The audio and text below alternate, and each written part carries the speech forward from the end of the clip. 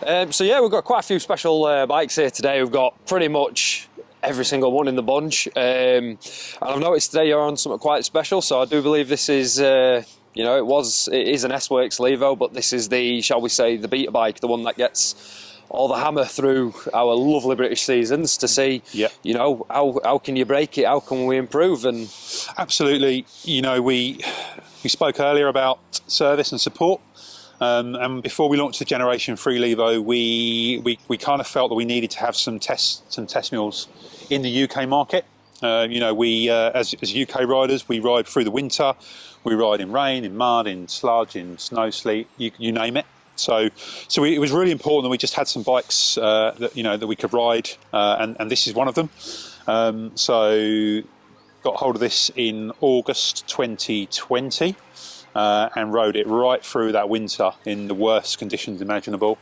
And yeah, the point of the exercise was just to effectively just to see if we could make it stop working. Yeah. And then feed back to the product team and provide a bit of input there. So it's a good exercise. It's completely you know, stock in terms of it's the same chassis and the same geometry and everything as the aftermarket bike. It's the same motor, it's the same battery. And it was really just making sure that was going to do what we needed to do. I really do love seeing that. So as you know, I run the workshop down at the shop, and I do get a lot of questions of how am I going to look after this bike? What do I need to be doing? And my point of view, looking to how people ask me, is I've always been the way out of, if my bike is dirty, I'm cleaning it properly. So it's really good to see a test bike that they've actually said to you, hammer this, please don't clean it, treat it like crap, and see if you can break it, because you know, half of the customers who buy these bikes, they aren't going to be taking it to pieces like, you know, a top level mechanic is. It's going to get rinsed down after every ride, it's going to get put in the shed, and you guys are well aware of that, and it's really good to see the testing going forward with that, of just try to break it. it was I mean, it's incredibly hard at first to sort of have a bike like this and not look after it. Yeah. But that was the ask, so that was what was done. And you know, it's been phenomenal. You know, it has been maintained to a certain level and it has been cleaned, but not in the way that I normally would. Yeah. Or you know, or you normally would. So yeah, that's the purpose of this bike. It's over 4,000. Yeah, well over 4,000 kilometres in now, and you know, there's been quite a few parts replaced just due to wear and tear. Yeah. But actually, you know, the bike itself, the system has been absolutely spot on. Awesome. Well, yeah, it's definitely one of the fundamental things that make these bikes to the pedigree that they are. They aren't developed around a certain system; they are developed to work with the system that you are developing. Yeah. So it is a constant. You're just constantly trying to one-up yourselves and make the system as immaculate as possible, which is absolutely brilliant. Yeah. Really do like to see that. Yeah, it's good to see the product evolve, the system evolve. You know, sort of, you know, there are changes, you know, periodically to certain parts on the bike, and actually, you know, the Mission Control app is a great example of that, where there are continued updates to that app. Yeah. And every time there is an update, either a firmware update to the bike or to the app, there are loads of little enhancements made and improvements made to the end product. One of the major things that stood out to me as someone who actually rides these bikes thoroughly is that the big one on the e-bikes is the range anxiety is just gone.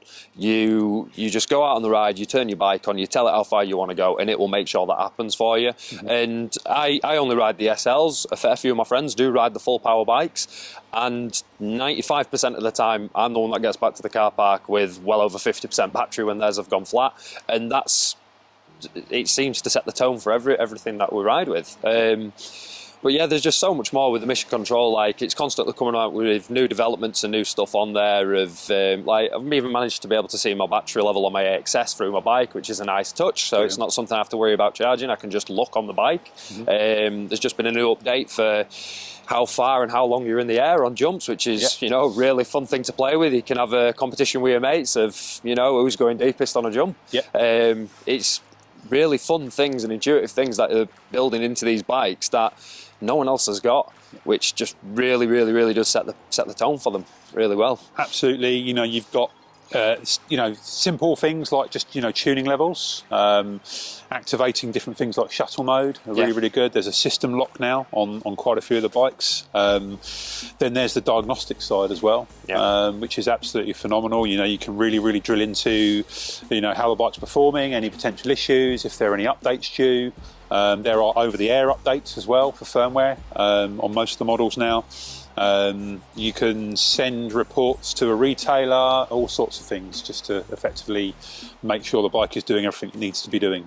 So much more to mission control than there was. I'm sure there'll be lots and lots of future developments. Yeah, awesome. So, looking at the bikes as a whole now, there is a fair few in the lineup. You've got obviously the Levo and the Kenevo in the mountain bike side of the full fat, and then the Levo SL and the Kenevo SL. They are quite big, burly bikes, but also extremely playful. I'm fortunate enough to have one of each. I really couldn't set my mind on which one I wanted, so pretty much when I'm going to heavy hitting, like off-piste rides or bike park days, this is my bike of choice because you can really get away with murder on it. You can go as deep as you want and as fast as you want on this, and it is extremely forgiving. But I still couldn't get away from the playfulness of the Levo SL. Like, even riding dirt jumps, which probably you shouldn't be doing on an e-bike, but you certainly can. The thing rips. It's so poppy, it's alive, and it's the characteristics of both that really do stand out. Like, one's a super heavy hitter, the other one you can still ride it like a heavy hitting bike, but the smile is still on your face when you're messing around just prattling about in car parks or on nimble little jibby trails. They're absolutely bang on. Now, I've had a bit of a footing on the full power e-bikes, and as we said before, you can really program these bikes to do and ride exactly how you want. So if you are having long pedally days out, they can still be that and still be super efficient. But when you do point them downhill, they're a force to be reckoned with. You can iron out any trail. Like, I haven't come across anything yet, like across the UK, where I've felt underbiked on any of the models. Like, they can eat everything. They really can. Like, I'm guessing you've had some epic rides on that, and I'd imagine you've not found the bottom of the travel of it yet. No, it's an absolutely incredible bike to ride. Very, very capable. I've certainly never put it to its full capability.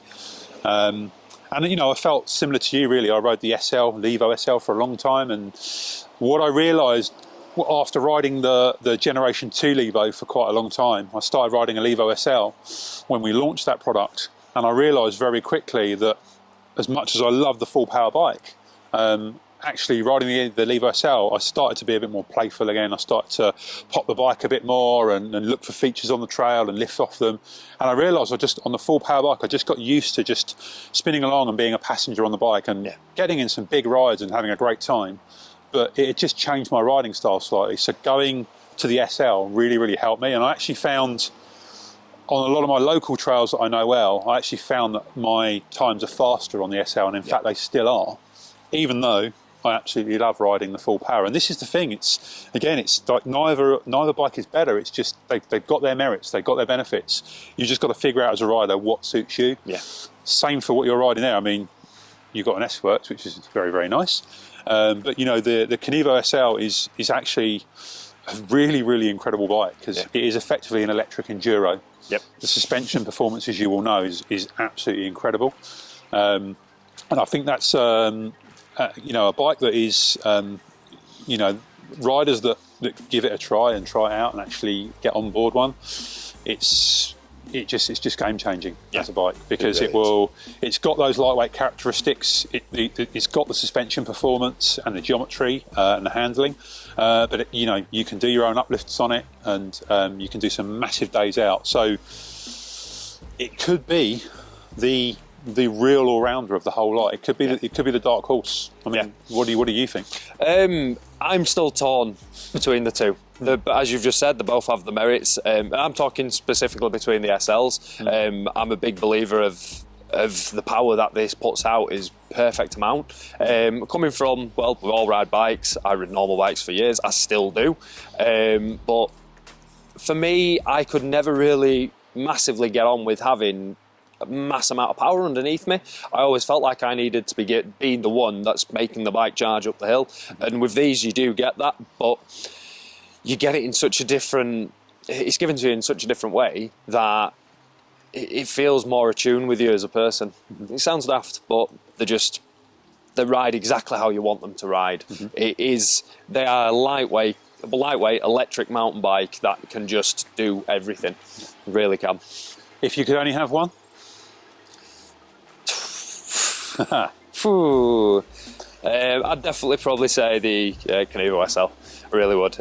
Just purely because it can do everything. As I say, I've done pretty decent sized dirt jumps on this. I've done pretty big gap jumps on this, and it can eat anything that you throw at it. Yeah. It really can. And yeah, I'm still trying to find the bottom of the bike. I can't find it. We'll have another try today. Yep.